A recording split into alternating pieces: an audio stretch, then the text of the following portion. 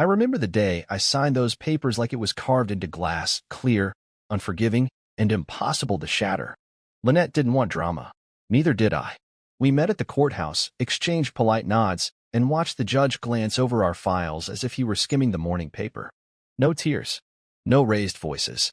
Just a stamp and a signature, and suddenly the life I thought I'd built was stripped down to its bare bones.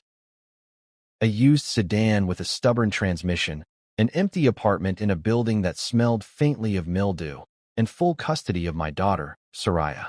Lynette declared she wasn't mother material, as though nurturing the child we made together were a chore she could simply hand off. I didn't argue. I didn't try to change her mind. The court saw her choice, and mine was obvious. I had no choice but to become everything she refused to be. That first night alone, I stared at the ceiling of our new apartment until the streetlights blinked out. Soraya was with her grandmother, sleeping in a bed that still smelled like her mother's perfume. I sat on the edge of the mattress in our bedroom and thought about the vow I'd made long before any courtroom ever existed. Fatherhood was not optional. It was a promise etched into my soul the moment I heard her first cry. I pictured her 6-year-old face the next morning. Bright-eyed, trusting, and unaware of the changes swirling around her world. I wanted to be the one she woke up to, the one who braided her hair into neat cornrows before school, the one who kissed her forehead when nightmares stole her sleep. I would never let anyone else define her life, or mine. I learned quickly that love alone doesn't pay rent. Mondays arrived with steel gray skies that matched my mood as I climbed into the driver's seat of that battered sedan and headed to work.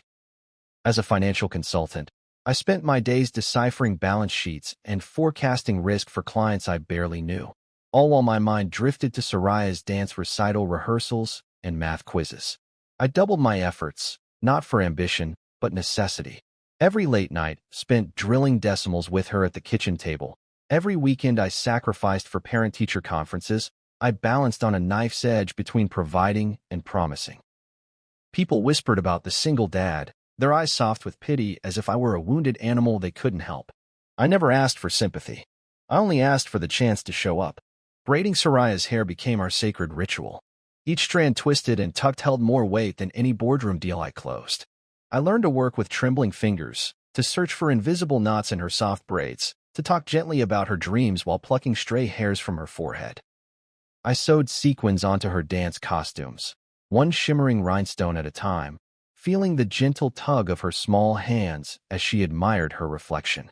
There was a sparkle in her eyes that outshone any spotlight, and I believed, with every fiber of my being, that her confidence was my invention.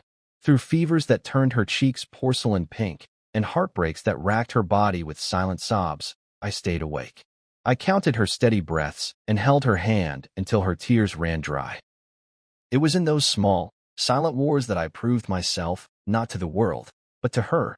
Despite the sacrifices, some mornings felt like walking through a fog of doubt. Would she grow up resenting the father who missed her first lost tooth? Would she curse the name of the man who refused to abandon her when her mother did?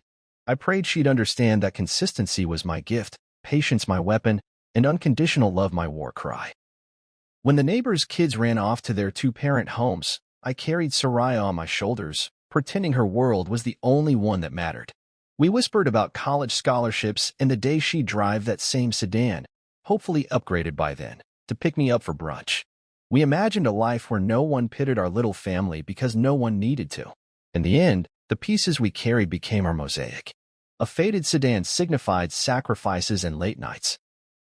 An empty apartment held the echoes of bedtime stories and whispered affirmations. Full custody was a promise to knit broken dreams into new beginnings. Fatherhood, to me, was never a fallback plan or a temporary role. It was my identity, my purpose, and my vow. When people pitted me, I simply smiled. I never turned away from the pity, because every glance reminded me of how far we'd come. The world might see a man weighed down by circumstance, but I saw myself in Soraya's eyes. A hero crafted from quiet persistence, unwavering devotion, and love that refused to let go. And that was more than enough. Money was tight, but love was loud, echoing through every corner of our little world. I remember the first Sunday morning I rented that office space with Malik. a faded carpet that swallowed the sunlight and walls too thin to muffle the city's pulse. We didn't have posters on the walls or expensive signage out front. Just a hand-lettered nameplate and 2 folding chairs in the waiting area. Clients trickled in by word of mouth, a friend of a friend, a neighbor who'd heard Malik's laugh from down the hall. We didn't advertise. We let quiet power be our style, drawing people to us the way a lighthouse draws ships, steady, reliable, unflashy. I often thought about how this mirrored my fatherhood. No grand declarations, no demands for attention. Instead, I showed up each day, dependable as the sunrise. Each morning before dawn, I would roll out of bed, the smell of last night's coffee still lingering on my sheets, and tiptoe past Soraya's room. The door was always ajar, just enough for moonlight to slant across the floorboards. I paused to watch her once, crumpled in her blankets, hair fanned like a halo around her head. I closed the door gently, grabbed yesterday's suit from the hamper, and headed out. In the car, I packed lunches on the passenger seat. Chicken wraps she liked, crisp apple slices, her favorite granola bar tucked into a small compartment. I tucked a handwritten note on top, "Be brave today. I'll see you after school." It was a simple ritual, but it mattered to both of us. By midday, I was in back-to-back consultations, poring over spreadsheets and listening to clients outline their financial anxieties. "I just want to sleep at night," one of them said, voice tight with worry. I nodded, understanding more than they knew. "We'll get you there," I assured her, offering numbers and strategies. Through every presentation, my mind flickered to Soraya performing her poetry recital that evening. I imagined the stage lights, her voice clear as water, and felt pride bloom in my chest. No matter how many zeros we balanced in accounts, nothing compared to the weight I placed on her confidence, on the knowledge that her world was anchored by my presence. When the clock struck 5, I raced to her school, parking in a spot that always smelled faintly of asphalt tar. I jogged up the sidewalk just in time to see her emerge, backpack bouncing, hair a little frizzy from the day's humidity. She waved, cheeks flushed with excitement. "Dad, you're early," she exclaimed, words tumbling out as she reached me. I knelt, brushed a lock of hair behind her ear, and handed her the leftover granola bar. "Thought you might need it," I replied with a grin. She slapped my shoulder playfully and launched into a story about how her teacher complimented her on a perfect essay. I listened, asked questions, and punctuated each moment with genuine interest. These small exchanges were the mortar that held our lives together. Our evenings followed a comfortable pattern. Homework on the kitchen counter, the hum of the refrigerator as a backdrop. Sometimes, she'd struggle with algebra, and I'd lean over her worksheet, tracing numbers with my finger, reminding her that problems have solutions, even if it takes time to find them. Other nights, she'd curl up on the couch, book in hand, and I'd make popcorn, setting up a makeshift movie night. She'd pick something adventurous, and we'd laugh at the hero's mistakes, then talk about courage afterward. "You think I'm brave?" she'd ask during the credits. Every day, I'd say softly, and she'd tuck her head against my shoulder. On weekends, I became chauffeur, tutor, and cheerleader all at once. I taught her how to drive in the same sedan that felt cramped under our coexistence. Hands at 10 and 2, eyes on the rearview mirror. Her grip tightened at the start, eased as she gained confidence. "That's it," I coached, my voice steady. "Just like life. Keep your eyes forward, hands steady, and trust yourself." When she nailed parallel parking on the 6th try, her victorious whoop echoed through the empty lot. She jumped out, threw her arms around me, and I lifted her off the ground, spinning her once before setting her down. Then came recitals and games, front row seats at dance competitions where I watched her twirl in sequin costume, and basketball courts where I timed her sprints. Teachers called me the consistent one, a title I accepted with quiet gratitude. It wasn't about winning praise. It was the simple acknowledgement that presence mattered. I didn't need applause. I just needed her to know she could count on me. No matter how thin the thread between dreams and reality became, I would always be the anchor. And so, amid ledgers and recitals, lunches and late-night homework, I built our life on small moments, each one a brick laid by love's unyielding hand. The first time I saw Elijah Fontaine, I was proud in a way I hadn't expected, like a father seeing his child take flight for the first time. Soraya had invited me to a university mixer. She insisted I meet the circle of friends she'd found among the chatter and laughter in that high-ceilinged hall. I tightened my tie in the rearview mirror of the sedan, smoothing a stray wrinkle from my suit jacket. I told her I was excited, but inside, I felt an unfamiliar flutter of nerves. This was her world now. Bright lights, new faces, and the promise of adulthood. I climbed the steps and followed her voice through the crowd, pausing when she waved me over. There he was, tall, neat, his dark hair slicked back just enough to look effortless, a confident half-smile curling at his lips. "Elijah, this is my father," Soraya said, her voice soft with a nervous thrill. Elijah extended a hand, strong, warm, and sure. "Mr. Merrick," he said, his tone respectful, his eyes never wavering. I shook his hand and sensed in that moment that he would treat her well. He wasn't flashy, didn't boast about legacy or lineage. Instead, he asked about her studies, listened to her talk about her ambition to become an environmental lawyer, and nodded as if each word were a precious gift. I found myself retreating to the edge of the conversation, content to watch the way his eyes lit up when she laughed, to see how naturally he offered her his jacket when the hall's air conditioning sent a shiver through her shoulders. We drifted from group to group, students clustered around snack tables, a jazz trio in the corner building a hushed soundtrack of saxophone and brush drums. I admired the way Elijah introduced me as his honored guest, slipping my name into the conversation with genuine warmth. I felt Soraya relax beside me, her hand brushing mine as if in silent thanks. I breathed easier. Here was the man I'd prayed she'd choose, someone capable of stepping into her life with the kindness and steadiness I'd worked so hard to provide. And then he appeared, Baron Fontaine, a presence so commanding the room seemed to tilt on its axis. His shoulders were broad enough to fill the doorway, his suit cut to an impossible perfection, and his expression carried the confident disdain of someone accustomed to having every door open at his approach. Elijah stiffened when his father arrived, but only for a moment. Then he offered Baron a respectful nod, and the elder man swept past me without an introduction, his gaze inspecting like an appraiser judging a rare painting at auction. He stopped a few feet away, eyes flicking over my tie. Not quite aligned with my collar, down to the scuffed tip of my shoe. "And who might you be?" Baron Fontaine said, voice smooth as fine bourbon, but cold enough to crystallize the air between us.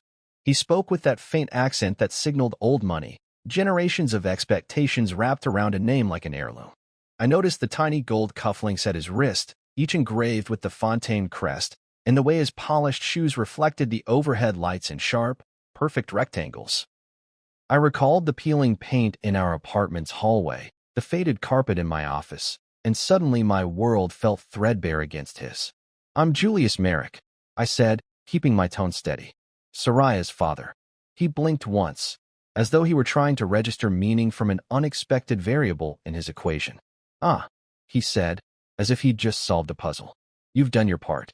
His words were clipped, the kind of dismissal that feels more violent than an insult. He didn't elaborate. He gave a single curt nod, turned on his heel, and rejoined the cluster of guests who seemed to await his approval like planets in orbit around a star. I felt Soraya's gaze on me, searching my expression. Her hand slid into mine, fingers warm, trembling just slightly. In that moment, I realized what mattered most wasn't the emptiness in his tone or the luxury in his attire. It was the fact that my daughter needed me to stand firm, to show her a lesson no amount of wealth could teach, that love isn't measured by what you possess, but by the courage to claim your worth in the face of scorn. So I stayed.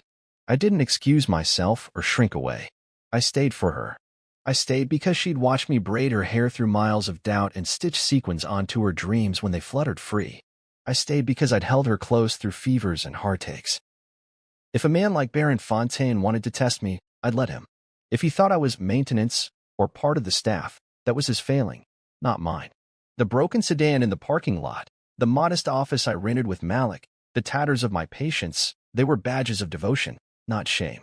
We rejoined the group near the jazz trio, and Elijah greeted me with an easy smile.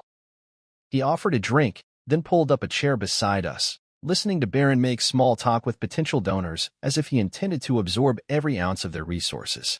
I sipped my water, kept my shoulders straight, and let the warmth of Soraya's gratitude settle around us.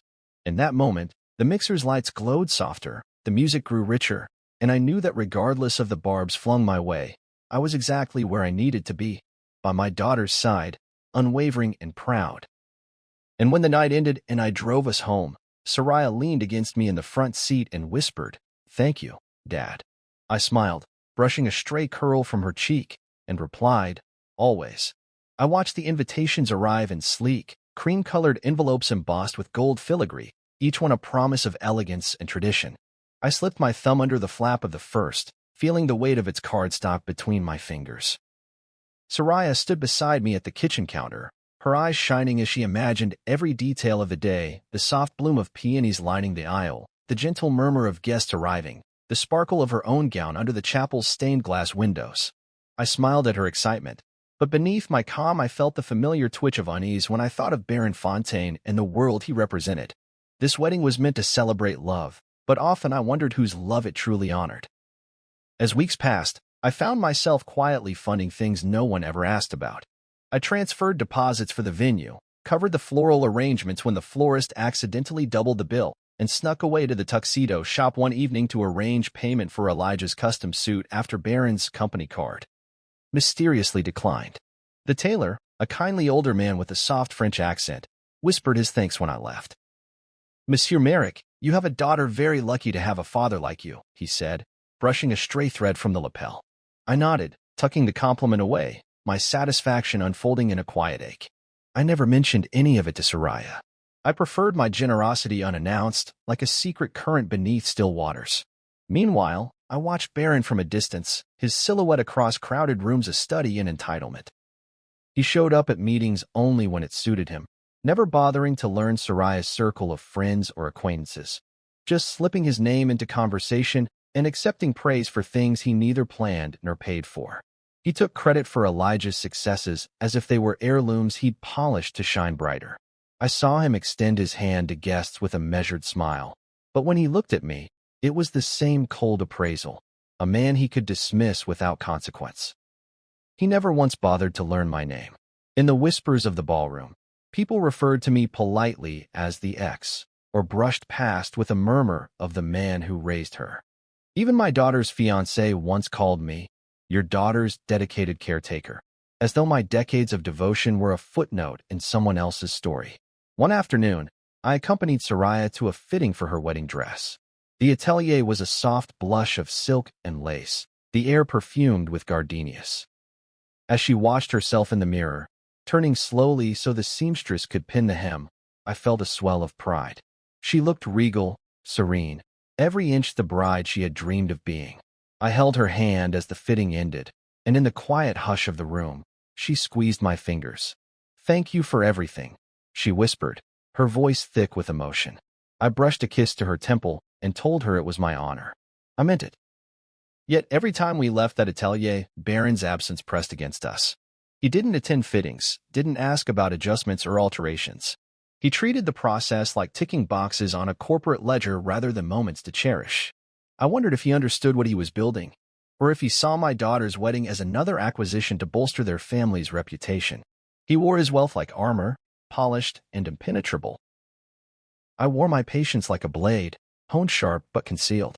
I had never needed to draw it, but I knew the day would come when I would have to prove that generosity and love aren't dictated by net worth. As the wedding day approached, the tension between us grew almost tangible. During a final walkthrough of the chapel, Baron arrived unannounced, strolling through the aisle with a small entourage in tow. He inspected every pew, every lantern, offering curt nods to caterers and decorators while I stood to the side, watching Soraya adjust a ribbon on the kneeler. He approached her, placing a hand on her shoulder in a display that felt rehearsed, triumphant. "It all looks wonderful," he said, glancing at me with a polite but condescending smile. "You've made an excellent choice, my dear." I met his gaze steadily, wondering how many times he'd practiced that tone in his head, how many times he'd slid between social strata without a second thought. "I'm glad you approve," I said softly, stepping forward. My words carried more weight than I intended, but they cut through the air like steel. Baron turned to me, arching an eyebrow. I felt Soraya tense beside me, but she didn't pull away. Instead, she tapped her hand against my arm to steady me. I drew a slow breath and reminded myself that this wasn't my moment for confrontation. Not yet. This wedding day was hers. She deserved to walk down that aisle without witnessing the clash of old money and new devotion. So I let him have his space. I nodded once and stepped back, returning my attention to Soraya. I lifted the train of her gown and asked the seamstress about final alterations. Together, we worked in hushed cooperation, smoothing silk folds as Baron and his entourage drifted away to inspect the reception hall. I saw him glance over his shoulder once, eyes briefly flicking to me before focusing on the chandeliers he had insisted be crystal rather than glass. I understood then that recognition for my contributions would never come easily, if it came at all. But that didn't matter. The day was not about his goodwill. It was about my daughter's choices, about her stepping into a new chapter with love as her guide and integrity as her foundation.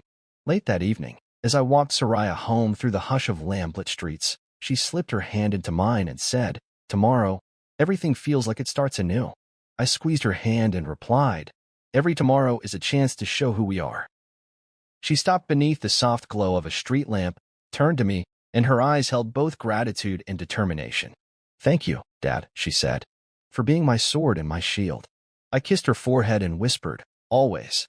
In that moment, I knew that no paper crown, no embroidered invitation, no dismissive glance could ever diminish the truth of who I was, a father whose love was forged in quiet sacrifice, ready to defend his daughter with unwavering pride.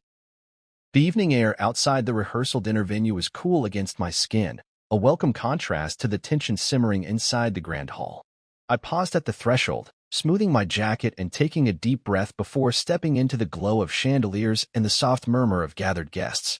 Long tables draped in ivory linen stretched through the room, candles flickering like fireflies along the center, and clusters of blush roses nestled among polished glassware. Soraya stood beside me, radiant in a simple but elegant dress that shimmered under the lights. She brushed a strand of hair behind her ear, her eyes bright with excitement tinged by nerves, an echo of my own first dates, long ago. I slipped her hand into mine, drawing reassurance from her grip as we found our place near the head table. Baron Fontaine ascended the small platform at the front with an air of practiced confidence. He cleared his throat, just loud enough to command attention, and smiled broadly, though the curve of his lips didn't reach his eyes. "Friends, family, and honored guests," he began, his voice smooth as polished marble. "Tonight, we celebrate more than just a union between two people. We celebrate the joining of legacies, of traditions, and of a name that carries weight in every room it enters." A ripple of polite applause greeted him, and he paused, eyes scanning the crowd until they settled on me. My heart stuttered for a moment, but I held my posture, refusing to let my shoulders tighten or my face betray the prickle of insult. He didn't acknowledge me by name. Instead, he gestured broadly, as if including all present, yet somehow excluding the man who had raised his daughter. He continued, oblivious or unconcerned, speaking of the Fontaine family's storied history, the bank founded by generations past, the philanthropic foundations, the art collections, the estates that bore the family crest. He spoke of responsibility, duty, and the honor of passing such heritage to the next generation. When he concluded, he offered what he called a heartfelt toast to the future. Glasses lifted, and gentle murmurs of "here, here," echoed among the guests. Across the table, I caught Soraya's eye. I saw her inhale sharply, her cheeks flushing as if the air in the room had grown suddenly too hot. She offered me a small, apologetic smile, and I squeezed her hand, conveying, "I hear you. It's okay." After the clinking of glasses subsided, guests clustered around Baron, offering polite congratulations, friendly pats on the back. I watched as he received each with the same cool grace he displayed at the podium. I could see the unspoken question dancing in their eyes. Who is this man who dares occupy the same celebration? I sensed their curiosity, their surprise, their polite caution. I felt the weight of their inquiries hang between us, as if I needed to justify my presence among this elite circle. But the man I was, Julius Merrick, needed no validation except the knowledge that I had given everything for this night to happen. Later, as the room grew quieter and diners moved between courses, Soraya slid into the seat beside me. Her voice, when she spoke, was barely above a whisper. "Dad, I'm so sorry. I didn't know he planned to make it about." She let the sentence trail off, the hurt in her eyes unmistakable.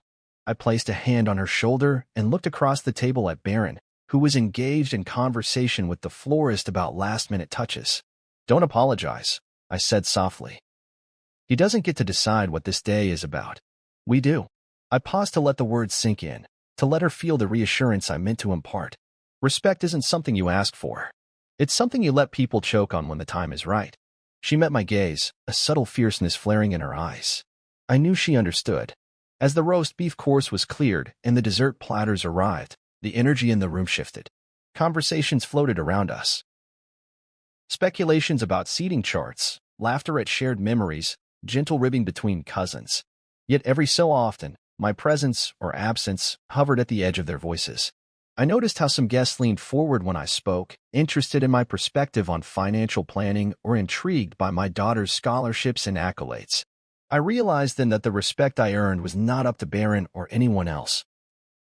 It was built on years of silent service, of unwavering devotion, of showing up when it mattered most. When the final toast came, an offering by Soraya herself, she stood and looked out at the gathered faces. She held her glass high and spoke with a clear, confident voice that made the room fall silent. "Thank you all for being here tonight," she began. "Dad has been my constant, my rock, and the reason I stand here without fear of the future.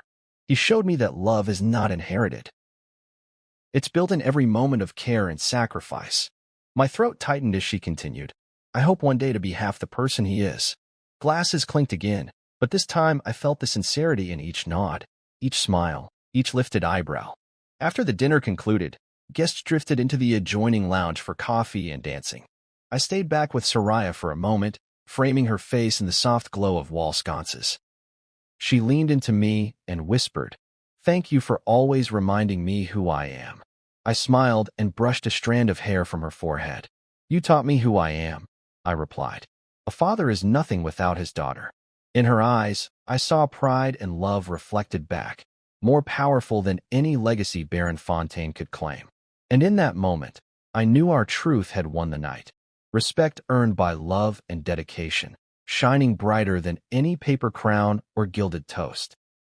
The morning sun filtered through the chapel's stained glass windows and shards of rose and amber as I adjusted the collar of my suit jacket, smoothing a wrinkle I was certain hadn't been there moments ago. My hands trembled only slightly, just enough to remind me how much this day meant. I stepped into the aisle, the soft murmur of guests settling in their pews greeting me like distant waves. My breath caught when I saw Soraya, her gown spilling around her like a pool of ivory silk, her eyes glistening with both excitement and the weight of the moment. I reached for her hand, and she slipped into my side, leaning against me with the trust of a child who never doubted her father would always stand tall. The organ's first chord resonated through the sanctuary, deep and steady, calling us forward. Each step I took beside my daughter felt like an affirmation. Proof that despite every hardship, every lonely night spent poring over our household ledger instead of bedsheets, we had arrived here together. I felt the soft carpet under my polished shoes and focused only on the steady rhythm of my heartbeat. My world shrank to her smile, the echo of her laughter as we practiced our recessional under a canvas of flickering candles just days before. No force on earth could shake the quiet pride that surged through me with every footfall. At the altar stood Elijah, his expression awash with emotion. When Soraya stepped into his waiting arms, his eyes glistened like polished onyx, and I felt the familiar tug of relief. He was where he belonged, holding the woman we both loved most. For a moment, I allowed myself to breathe fully, to soak in the beauty of that union. The minister's words wove a tapestry of shared promises and enduring love, but my gaze never left my daughter's face. I watched the smallest crease of joy around her eyes, the way her lips curved when Elijah squeezed her hand. In that instant, the years of sacrifice, the modest sedan, the cramped apartment, the wrist-deep in sequins and tantrums, felt distilled into a single truth. Love, unwavering and unguarded, could create a home even in the most unlikely places. When the minister invited us to exchange rings, Baron Fontaine approached with his own polished composure, slipping Soraya's mother's family heirloom band onto her finger as though performing some sacred rite. I noticed the slight hesitation in Soraya's gaze, an unspoken question of whose intent to honor, and I swallowed a sudden swirl of bitterness. How often had I watched her choose restraint over confrontation, patience over fury? I closed my eyes for just a moment and reminded myself that this ceremony belonged to her, not to me or to Baron or to anyone who judged from the sidelines. I opened them to see Elijah's steady hand and Soraya's unwavering courage, and I smiled. The minister pronounced them married, and the chapel erupted in applause that fluttered around us like confetti. I lifted Soraya's hand to my lips, pressing a gentle kiss to her knuckles. Elijah reached out and embraced me, his grip firm and grateful, as though he recognized how much had gone into shaping the woman he vowed to love. I returned his handshake, nodding once, meaning more than words ever could. Then Baron Fontaine stepped forward, eyes cool and distant, and offered me a terse nod. I inclined my head in return, acknowledging both his presence and our unspoken truce. He did not grasp my hand, did not meet my gaze, and yet I found a measure of satisfaction in our shared space at that altar, a silent recognition that bloodline and heritage meant nothing compared to the bond forged by unwavering devotion. Outside the chapel doors, the spring air smelled of magnolias and new beginnings. Guests lined the walkway, tossing rose petals in gentle arcs. I lifted Soraya's hand above her head and guided her down the aisle, her laughter blending with the music of petals falling. Each step was a triumph over every obstacle we'd faced together. I felt the weight of the petals at my feet, softness beneath stubborn soles, and I thought about how something so delicate could leave such an imprint. Perhaps that was the truest metaphor for our journey. Small, consistent actions, multiplied over time, left a mark too profound to overlook. When the reception began, I watched from the edge as family and friends offered congratulations, their voices sliding around us in waves of warmth. Elijah's mother embraced Soraya. My own sister pressed a tearful hug into my shoulder. I smiled at each gesture, my heart a buoyant vessel of gratitude. But when I turned and saw Baron lingering near the hors d'oeuvres table, examining the imported cheeses with a faint air of entitlement, my chest tightened again. He caught my gaze and raised his own effortlessly, unspoken challenge flickering in his eyes.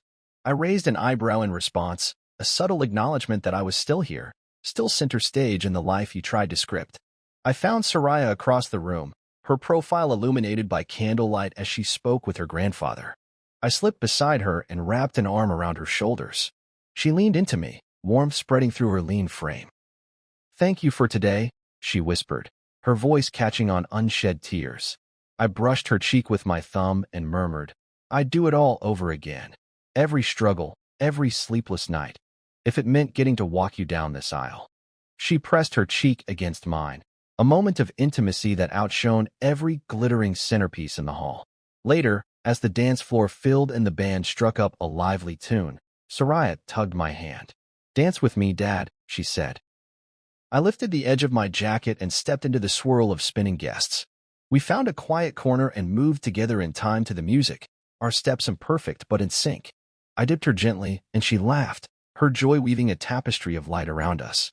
In that moment, I realized that respect wasn't given at the altar or awarded in a toast. It was earned in every sacrifice made, every promise kept, every presence given without reservation. As the night deepened and the final chords faded, I watched my daughter and her new husband share their first kiss as a married couple. A blush spread across Soraya's cheeks, and I felt a triumphant pride blossom in my chest. Baron Fontaine offered no toast, no final word. He simply watched, perhaps sensing the truth he could never deny, that legacy and wealth were hollow without love's steadfast foundation. I stood tall beside Soraya, knowing that when the world finally looked at me, they would see a father who lived his vow, and at last, even the most disdainful eyes would have no choice but to look up. The music swelled around us in the grand ballroom, strings and piano weaving a tapestry of celebration, but my senses felt razor-sharp as Baron Fontaine stood at the center of the room, commandeering the microphone as though he were announcing a quarterly earnings report. Candles flickered in crystal votives along the tables, their warm light dancing across guest faces and casting long shadows that trembled like specters on the draped walls. I stood near the edge of the dance floor, Soraya's hand resting lightly on my arm, her head turned toward Baron with that same hopeful curiosity she wore whenever she believed in the goodness of people. I clenched and unclenched my fist, tasting the metallic tang of anger in my mouth, determined to remain her anchor. Unyielding, unshaken, Baron's voice cut through the melody, smooth as silk but hiding a razor's edge. To fatherhood, he began, raising his glass in a gesture that seemed choreographed, rehearsed, perfected. We celebrate the men who provide, who build legacies, and who teach their children the value of heritage. He paused, surveying the crowd as though seeking affirmation. Glasses glittered in half-lit anticipation, and I felt the room hold its breath with him. Then he shifted his gaze toward me. tilting his head as if appraising a lesser model in a showroom. "It's one thing to raise a child," he continued, voice light, almost affectionate. "Another to be someone worth remembering." A polite ripple of laughter followed, the kind that glances around for approval as it fades. Heat flared behind my eyes, and I tasted the sting of betrayal. Not just for myself, but for every moment I'd braided Soraya's hair at dawn, every time I'd sat beside her hospital bed during fevers, every night I'd whispered hope into her ear when the world seemed too heavy for her 6-year-old shoulders. Baron Fontaine wasn't just insulting me. He was denigrating every lesson I'd taught Soraya about love, sacrifice, and resilience. My chest tightened as his words sank into the hush that fell over the room. "Some men raise flowers in borrowed gardens," he said, tone carefully neutral, "but let's give credit to the ones who built the house." With that, he lifted his glass again, as though toasting his own brilliance, and stepped back. I felt Soraya's gaze on me, wide with surprise and heat with indignation. Her grip on my arm grew taut, as though she wanted to claw his words from my skin. The guests around us exchanged uneasy glances. Some shifting in their seats, some lowering their eyes toward their napkins, and a few brave souls daring to stare in my direction, waiting to see how I would respond. The band faltered, an unsteady note trembling through the air, and for a heartbeat the entire hall was suspended in expectation. I straightened my shoulders, turning my face toward Baron as though I were facing an inevitable storm. I could feel the collective weight of 100 pairs of eyes upon me, each reflecting curiosity, sympathy, judgment, or even quiet admiration. I inhaled slowly through my nose, drawing strength from the memory of every sunrise spent preparing Soraya's lunch, of every evening I held her when she cried herself to sleep, of every sacrifice made without a thought of recognition. Then I exhaled and stepped forward, each movement deliberate and calm, until I stood before him. I took the microphone from the side table, the cool metal firm against my palm. The hall grew unnaturally quiet, so quiet I could hear the rustle of silk gowns and the soft thump of a waiter's shoes against the carpet. I cleared my throat softly, letting the hush settle before speaking. "Baron," I said, voice steady, carrying the weight of every unspoken moment between us. "Do you even know who you're speaking to?" I saw his lips twitch in surprise as he blinked, the mask of cultivated composure slipping for the briefest moment. "You've used my company's portfolio 4 times for your own business ventures," I continued, each word deliberate, resonating against the hush. "My firm audits the board that licensed your bank charter. The suit you're wearing? I financed the tailor you said you admired, but couldn't quite afford with a company card." A faint murmur rippled through the guests. Disbelief, shock, a growing awareness that the foundations of Baron's arrogance were built on my silent labor. I paused, letting the revelation hang in the air like mist before sunrise, then turned my gaze to the crowd. "I'm not just the man who raised Soraya," I said, swallowing the lump in my throat. "I'm the man who built everything you've tried so hard to fake. Every asset you flaunt, every legacy you claim. It's rooted in work I did without expecting your praise, without seeking your approval." My pulse throbbed in my temples as I heard Soraya gasp softly, her hand tightening around mine. I glanced down at her, offering a small, reassuring smile. Her eyes shone with pride, and I knew she understood that truth was more powerful than any legacy purchased or inherited.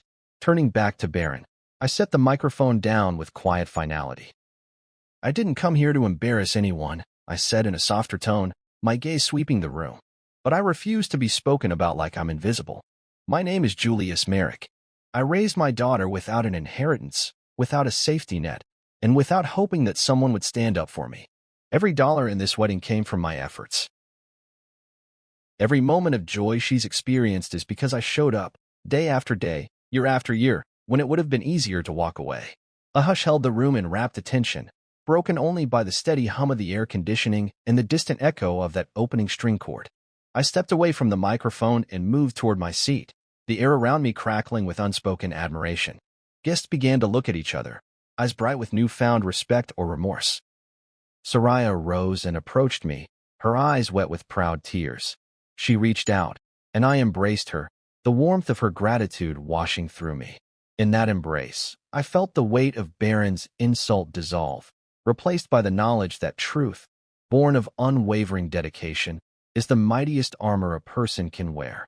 And as I held my daughter close, I realized that respect earned in silence could roar louder than any taunt spoken into a microphone. I watched the flicker of candlelight dance across the polished mahogany table as guests settled into their seats for the final toast. The soft murmur of conversations ebbed and flowed like the tide, and somewhere in the distance a violinist tuned her strings, preparing to fill the room with a gentle coda. I sat beside Soraya, the knot of tension in my chest loosening at the sight of her poised elegance. Her white gown swept the floor, delicate lace hugging her shoulders, and her hair was arranged in a cascade of soft curls. I reached out, brushing a fingertip against her hand. She gave me a quiet nod, the kind we had shared since she was a little girl learning to ride her bike. No words needed, only understanding. When the maitre d' approached with the microphone, the room hushed. Wine glasses paused midway to lips, and all eyes turned toward him. He cleared his throat, his practiced grace enough to command attention without a single harsh note. "Ladies and gentlemen," he began, voice warm and measured, "before we conclude this most joyous celebration, Mr. Merrick has requested a few words." A ripple of gentle surprise passed through the guests, some smiles of curiosity, others of guarded anticipation. I stood, smoothing my jacket with one hand as the other gripped the microphone stand. Every step toward the head of the room felt laden with the weight of years of unseen sacrifices, of mornings spent braiding hair and evenings spent poring over invoices. I looked out at the faces before me, friends I had never met, relatives I would never know, colleagues I had never courted. I saw the shimmer of crystal chandeliers overhead and the soft glow of candlelight reflecting in polished wine glasses. I cleared my throat, breathing deeply, reminding myself that this speech was not for me or for Baron Fontaine. It was for Soraya and for every moment we had built together. I raised the microphone and began. "Thank you all for being here," I said, voice steady, carrying each word with intention. "Tonight is a celebration not just of love, but of journeys. Every person in this room has played a part in ours. Friends who offered kind words, colleagues who trusted us with their futures, and family members who stood by us when the path was uncertain." I paused, letting the warmth of shared history settle. Heads inclined in gentle acknowledgement, and I continued. "But tonight, I'd like to speak of something deeper, the quiet constancy of a promise kept." I turned toward Soraya, heart swelling at the sight of her steady gaze. "From the day she was born," I said, "I promised to be her anchor. I didn't promise perfection, only presence. I didn't promise a life free of hardship, only a commitment to face every challenge by her side. When her mother and I went our separate ways, she lost one parent, but I gained a purpose. I dedicated every waking hour to proving that love isn't divided, it multiplies when it's shared." I felt her hand press against mine, a silent affirmation that those early nights of tears and broken dreams had not been in vain.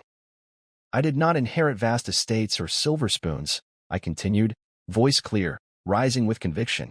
"I inherited a sedan with a troublesome transmission, an apartment that echoed with loneliness, and a child who depended on me for the smallest seam of her costume to the warmth of her goodnight kiss. I built my firm from scratch, not to chase fortune, but to build a foundation, a home where my daughter could feel secure. Every customer I served, every spreadsheet I balanced, I did with the thought of her future in mind." I felt the room's temperature shift, as though the air itself had grown denser with meaning. Then I let my gaze shift to Baron Fontaine, who sat at the head table, his polished composure faltering as he realized the depth of my words. I did not address him directly. Instead, I spoke into the shared space between all of us. If respect were measured by bank accounts, I'd never stand here. If worth were determined by lineage, our story would end at the courthouse steps where the judge signed our divorce decree.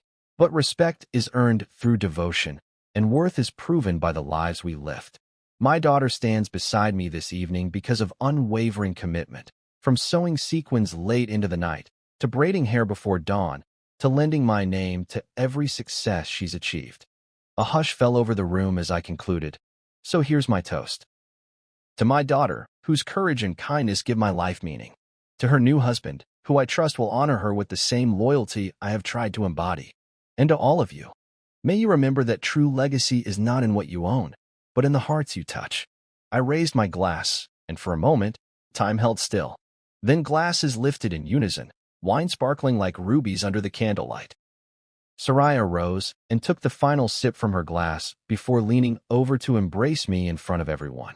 I felt the collective warmth of nodding heads, the gentle applause that grew in volume until it filled the hall with thunderous appreciation. Tears glistened in Soraya's eyes as she whispered, "Thank you, Dad." I brushed a kiss to her cheek, pride burning brighter than any chandelier. As I returned to my seat, I noticed Baron Fontaine's expression had softened. No words passed between us. None were needed. His stiff posture had eased, replaced by a grudging respect that flickered behind his eyes. When the night drew to a close, I stood in the doorway with Soraya, watching his guests bid us farewell. Their expressions held something new, the understanding that strength need not roar. It can shine quietly, steadfast in its purpose. Later, as we walked into the cool night air, Soraya slipped her arm through mine. "You gave me everything," she said softly. I smiled, feeling the echoes of the evening's applause still resonating in my bones. "No," I replied. "You gave me everything." Under the soft glow of the street lamp, we paused, and I realized that in living my vow, I had found a legacy far richer than any fortune, a bond of love that would endure long after the last candle flickered and the final song faded. And that was a truth worth remembering. When the room settled into the soft hum of conversation, I felt the weight of every gaze settle on me. The husband, the father, the man they'd underestimated. The applause for Baron's final remark had drifted away, replaced by polite chatter and the clinking of ice in crystal glasses. I stood, smoothing the lapels of my jacket, and walked to the small podium where the microphone awaited like an unspoken invitation. Each step felt measured, deliberate, echoing the promises I'd made to myself and to Soraya over the years. I reached out and lifted the microphone, the polished metal cool against my fingertips, and for a moment I paused to let the hush embrace the space between the tables and the central dance floor. I cleared my throat, a gentle sound that rippled through the attentive silence. "Thank you all," I began, keeping my voice low and steady so that only those leaning forward could hear the tremor of emotion beneath the words. I didn't come here tonight to steal the spotlight or to score points against anyone. I came to honor the real reason we're gathered, the love between two people and the community that supports them. I let that sink in, watching faces tilt in curiosity, surprise, relief. Then I exhaled and leaned into the moment. "You've already heard about legacy and inheritance," I continued, tilting my head slightly toward Baron Fontaine's empty chair at the head table. "But I want to talk about legacy of a different kind, the legacy we build when we show up, day in and day out, for someone who depends on us." I straightened and felt the familiar pull of past mornings spent feeding Soraya breakfast when her eyelids were too heavy to open, past nights spent beside her bed until fevers broke, past afternoons wrestling with algebra problems until they yielded to understanding.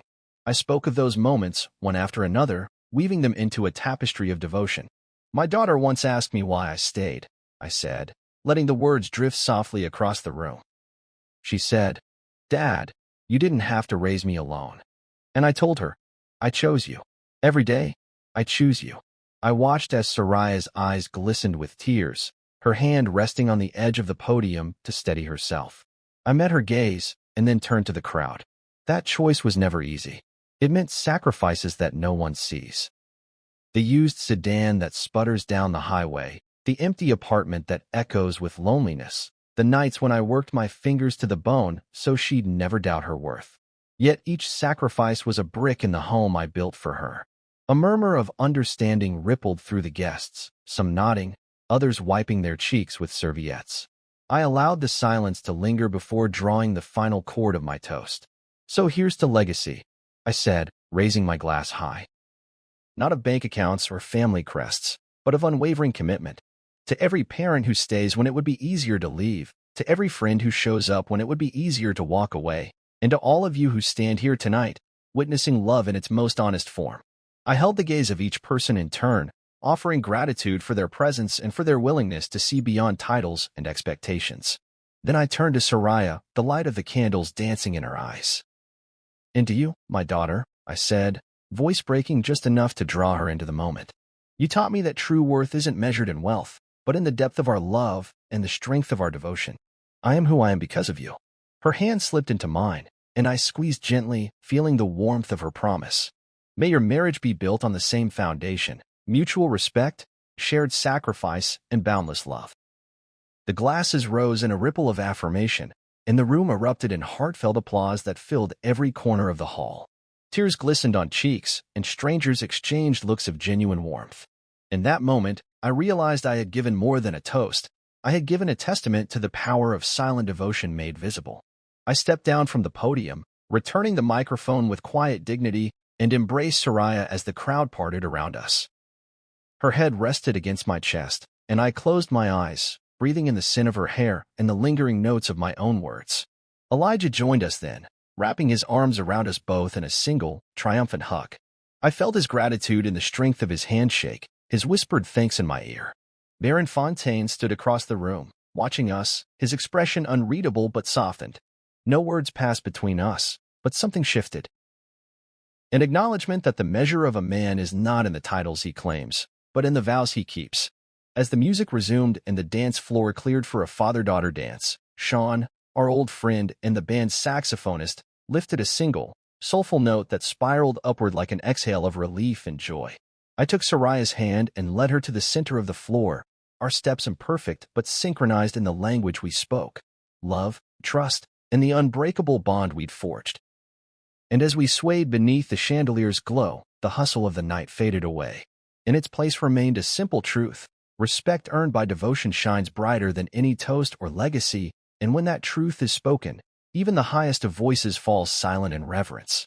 The ballroom had thinned by night's end, leaving only the closest family and friends to share in the final moments of celebration.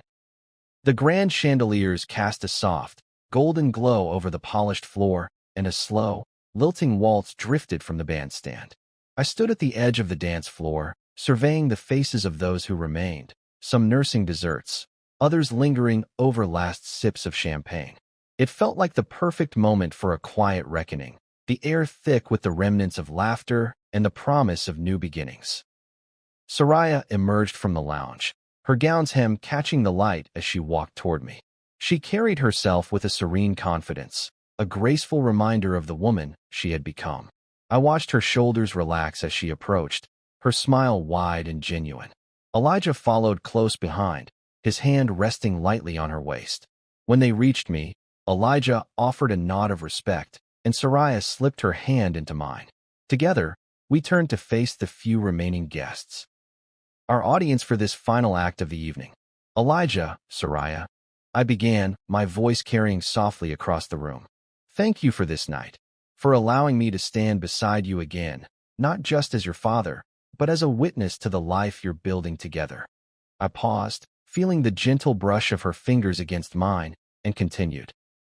I've watched you navigate every twist and turn, from the first days of your courtship to this moment where you stand hand in hand, ready to face the world as husband and wife. My gaze swept the room, landing on familiar faces whose lives had intertwined with ours. Malik, offering a thumbs up from across the bar. My sister, her eyes shining with pride. Michael and Vanessa, the childhood friends who had cheered me on through every challenge. Each smile, each nod, was a testament to the community that had witnessed our journey. I shifted my gaze back to the happy couple. There was a time, I said, voice steady, when the world told me I couldn't raise my daughter alone. When people saw a used sedan and an empty apartment and assumed that our story was one of lack. I inhaled, recalling the countless mornings spent packing lunches, the late nights spent sewing sequins, the weekends filled with recitals and games. But here's the truth. What we lacked in material wealth, we more than made up for in love, sacrifice, and relentless dedication. Every thread of that wedding gown, every petal in the floral arrangements, every note of tonight's music, it all flowed from that same well of devotion. Soraya's eyes glistened with tears, and Elijah squeezed her hand in solidarity. I nodded toward Baron Fontaine, who stood quietly at the back of the room, his arms crossed but his posture less rigid than before. Even those who questioned my worth learned a lesson tonight, I said, voice rich with meaning. Not because of anything I said or did for myself, but because my actions spoke louder than any inherited title. When you build a life on the foundation of unwavering love, people eventually look up and see the strength of the pillars beneath. I took a deliberate breath and lifted a glass of amber-hued whiskey from a nearby side table. The warmth of the liquid mirrored the warmth in my chest. So here's my final toast, to my daughter and her husband, May your home be a sanctuary built on mutual respect and honest devotion. May you always remember that the greatest legacies aren't passed down through family crests or bank accounts, but through the simple acts of showing up, day in and day out, for one another. I held the glass aloft, and those gathered lifted their own in response. A hum of shared understanding rippled across the room. After the toast, the band's singer began a gentle ballad, and guests slowly drifted back to their seats or toward the exit. I guided Soraya and Elijah to the center of the dance floor for one final dance. As the soft notes of the piano and cello wove around us, I felt the memory of 1,000 moments converge, braiding hair before school, teaching her to ride her bike, comforting her through heartbreak, celebrating each milestone. Each moment had led to this dance. Father and daughter, now father and daughter-in-law, united in love's enduring rhythm. We moved together in a simple sway, the world outside that ballroom fading into insignificance. I closed my eyes as I guided her through the steps, her hand resting gently on my shoulder. When the melody reached its gentle crescendo, I whispered, "You did it, Soraya. You made this day more beautiful than I ever imagined." She leaned in and kissed my cheek, her lips soft and full of gratitude. "We did it together," she murmured, her breath warm against my skin. As the final chord lingered and the lights brightened, signaling the official end of the festivities, I looked across the room at Baron Fontaine. He approached, his gait measured, and extended a hand. For the first time that evening, he looked me in the eye. "Julius Merrick," he said, voice low, respectful. "I owe you an apology and my gratitude." I accepted his hand, feeling the firmness of his grip. "Thank you, Baron," I replied. "Respect is earned, not given." He nodded, a subtle shift in his expression signaling a new understanding. "I see now what true legacy means," he said, and turned away to join the departing guests. In that moment, I realized that respect, once earned, need not be loudly proclaimed. It was quietly acknowledged. The few guests who remained formed a loose circle around the dance floor, offering final congratulations and hugs. Malik clapped me on the back, grinning from ear to ear, and my sister enveloped me in a tearful embrace. Each gesture underscored the truth I had lived by, that love's unwavering presence begets respect, and respect, once paid, settles softly into the heart. Soraya slipped her arm through mine, and we walked together toward the exit, Elijah joining us on my other side. Outside, the night air was cool and crisp, fragrant with the bloom of jasmine in the nearby hedges. The crescent moon gleamed above, a silent witness to the day's triumph. I paused on the steps, looking back at the warmly lit ballroom windows. The guests had gone, the tables were emptying, and the final echo of laughter drifted into the night. I felt a surge of contentment, no longer the man overlooked, but a father recognized for the love he had poured into his daughter's life. She turned to me, eyes bright with joy. "Thank you for giving me my life," she said softly. I brushed her hair behind her ear and smiled. "No," I replied, voice thick with emotion. "Thank you for giving me mine." Together, we walked into the cool embrace of the night, leaving the ballroom's glow behind, but carrying its warmth within us. A beacon for the journey ahead, illuminated by the legacy of love that would guide us always.